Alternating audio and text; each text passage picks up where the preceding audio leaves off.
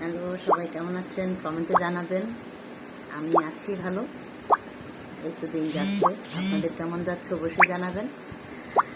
কিছুদিন যাবৎ, কিছুদিন না, অনেক অনেক অনেক অনেক অনেক দিন যাবতে শুনে আসছি, বিভিন্ন ব্লগে দেখি বা বিভিন্ন মানুষের কাছ থেকে শুনি বা নিজের চোখেও অনেক কিছু দেখা, যে প্রবাসীদেরকে নিয়ে কিছু কথা।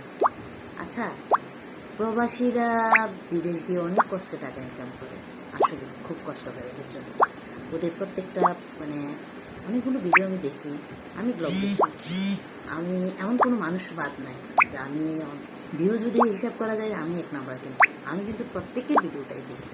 আর যে যাই বলুক না কেন, যে এমন একটা ভিডিও দিছে আমি কিন্তু দেখি, বিভিন্ন ব্লগ দেখি। মানে মোটামুটি আমার পেজে যা আসে বা আমি মোবাইল ধরলি বা মোবাইল ইয়ে করলে যা আসে আমি কিন্তু দেখি। আমি কোনোটাই বাদ দিই না। মানে আমার ইচ্ছা আমি দেখি আর কি, আমার শখ এটা, আমি সবারগুলি দেখি। কখনো কারোকে ভিউ করি না যে আমি কেন ভিউ বাড়াবো হ্যান ত্যান, এগুলো না। আমি কিন্তু দেখি, আমার ভালো লাগে দেখতে। তো অনেক অনেক ভাইদের মুখে শুনি প্রবাসীদের এই সেই, বা পাড়া প্রতিবেশী বলেন, একটা ছেলে বিদেশ গেলে সেই পরিবারের মানুষগুলো তার সাথে কি করে, তার ওয়াইফের সাথে কি করে, তার সন্তানদের সাথে কি করে, এই জিনিসগুলো না নিজে চোখে দেখা। একটা প্রবাসী যখন বিদেশ যায়, তার টাকা দিয়ে কিন্তু, প্রবাসীর টাকাটা দিয়ে কিন্তু পরিবারের মা বলেন, বাবা বলেন, ভাই বলেন, বোন বলেন, প্রত্যেকে কিন্তু সেটেল হচ্ছে। সেটা প্রবাসী ছেলেটা বিয়ের আগ পর্যন্ত প্রত্যেকে কিন্তু মোটামুটি সেটেল হচ্ছে। বোন, ভাগনা, ভাগ্নি, বোনের জামাই থেকে ধরে প্রত্যেকেরই কিন্তু দিচ্ছে। তো বিয়ে করে আসা বউটা কি এমন অন্যায় করে ফেলে বলেন তো?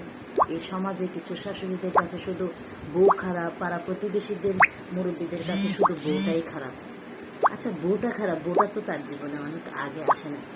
তার জীবনে তো আসে সেদিন, বা কয়েক বছর, বা 5 বছর, 10 বছর, 15 বছর, বিগত 25 বছর, 20 বছর কিন্তু পরিবারের অন্যান্য সদস্যরাই কিন্তু ওর টাকা দিয়ে সেটেল হচ্ছে। সেগুলো কিন্তু কোনো নামগন্ধ নাই। যাই হোক, কথাটা মাঝখান থেকেই তুললাম। শুরুতেই বলি, একটা প্রবাসী ছেলে কখন বিদেশ যায়, কখন প্রবাসী যায়? যে বাংলাদেশে সেটেল করতে পারে না, বাংলাদেশে থাকার যোগ্য মনে করি না আমি, সেই যায় প্রবাসে। ভাই, আপনারা তো জানেন বিদেশ অনেক কষ্ট। কিছু প্রবাসী ভাইদেরকে বলি আমি, আপনারা তো জানেন ভাই, প্রবাসে অনেক কষ্ট। এত রোদ, এই যে সৌদি আরবের এত রকমের, মানে মরুভূমিতে থাকেন বা দুবাই দেখতেছি অনেক কিছু, মানে এত পানি, এত শীত, এত কিছু কেন যান ভাই? প্রবাসে কেন যান? বাংলাদেশে কি আপনারা থাকতে পারেন না? এই যে বাংলাদেশে বিভিন্ন রিক্সা চালকরা বা ভ্যান চালকরা বা ওই যে বিভিন্ন শোরুমে কাজ করতেছে বা বিভিন্ন সেলসম্যানের কাজ করতেছে বা বিভিন্ন ব্যবসা দিয়ে বসছে, ওরা কি ঘরের পরিবারকে চালায় না? অবশ্যই চালাচ্ছে। আপনি যা ইনকাম করবেন, আপনি যদি ঘরে যদি আপনি আপনার স্ত্রীকে বা আপনি আপনার পরিবারকে সেরকম চালাতে পারেন, ব্যালেন্স করতে পারেন মা এবং বউর মধ্যে, এই পরিবার অবশ্যই সুখে থাকবে। মাকে মার সম্মানটুকু দেন, বউকে বউর সম্মানটুকু দেন, দেখবেন পরিবার সুখে থাকবে। যাই হোক, তারপর বাংলাদেশে আপনারা কেন লেখাপড়াগুলো মনোযোগ দিয়ে করতে পারেন না? কেন? আপনার মা বাবা কি বলে যে যা টাকা ইনকাম করে নিয়ে আয়? হ্যাঁ, আমি সব মা বাবাকে বলবো না। কিছু কিছু মা বাবারা আছে ছেলে সন্তানকে ঠেলে ইচ্ছে করে বিদেশ পাঠায় যায় টাকা ইনকাম করার জন্য, টাকা ইনকামের জন্য। হ্যাঁ, ওই পরিবারকে বলতে, ওই ছেলেগুলো বলতে পারে যে বাবা মা তোমাদেরকে আমি সব কিছু দিয়ে ফেলছি, আমার জন্য কিছু নাই, হ্যান তেন। আচ্ছা ভাই, আপনি যে প্রবাসে গেছেন, আপনি কি ছোট কচি খোকা? আপনি কি ছোট বাচ্চা? আপনি প্রবাসে গেছেন যে, কম কম হলেও তো আপনার বয়স 15, 16 বা 20 বছর বা 18 বছর পূর্ণ হয়েছে। তারপর তো আপনি বিদেশে গেছেন। কেন, আপনি কি বাস্তবতা দেখেন নাই? এটাই কি বর্তমান? বর্তমান কি অতীত থেকে কি বাস্তবতা দেখেন নাই? যে যত বছরই হোক না কেন বিদেশ গেছে, আপনারা কি তা দেখেন নাই? অবশ্যই দেখছেন। তো ভাই, নিজের নামে একটা অ্যাকাউন্ট কেন করেন নাই? কেন ভাই? একটা অ্যাকাউন্ট কি করতে পারেন না?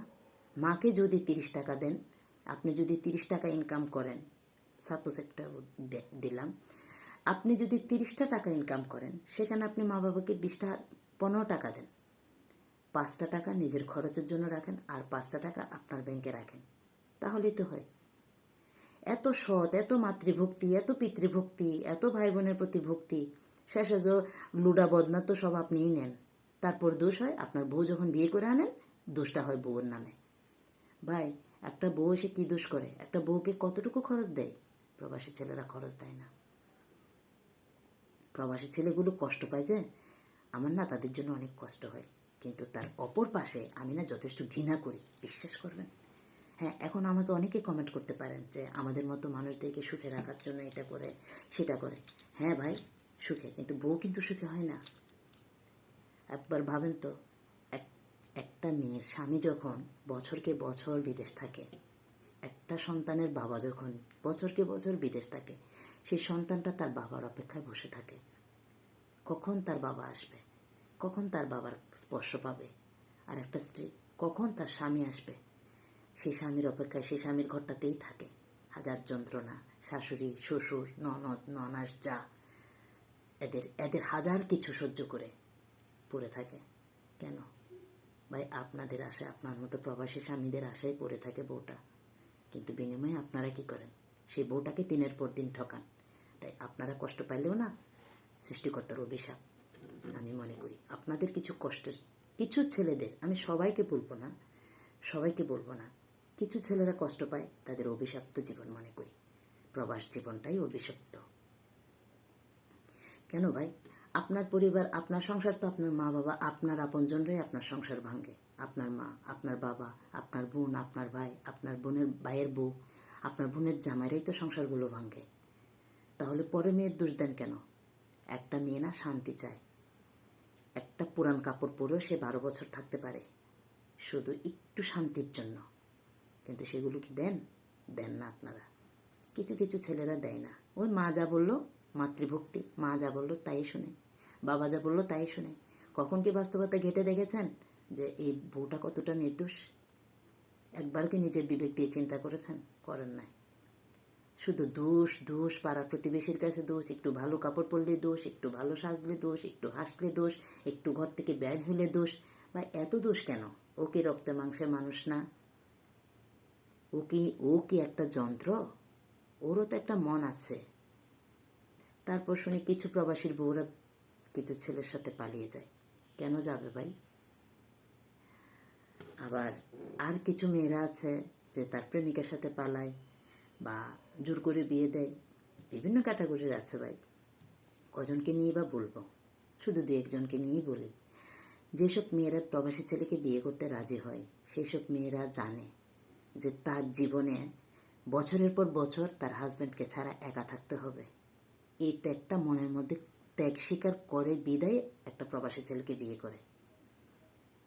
প্রত্যেক মেয়ে সেটাতে রাজি হতে পারে না, প্রত্যেকটা মেয়ে না প্রবাসীর বউ হইতে পারে না। একটা প্রবাসীর বউ অনেক ত্যাগ করার বিনিময়ে থাকে, কিন্তু বিনিময়ে সে কি পায়?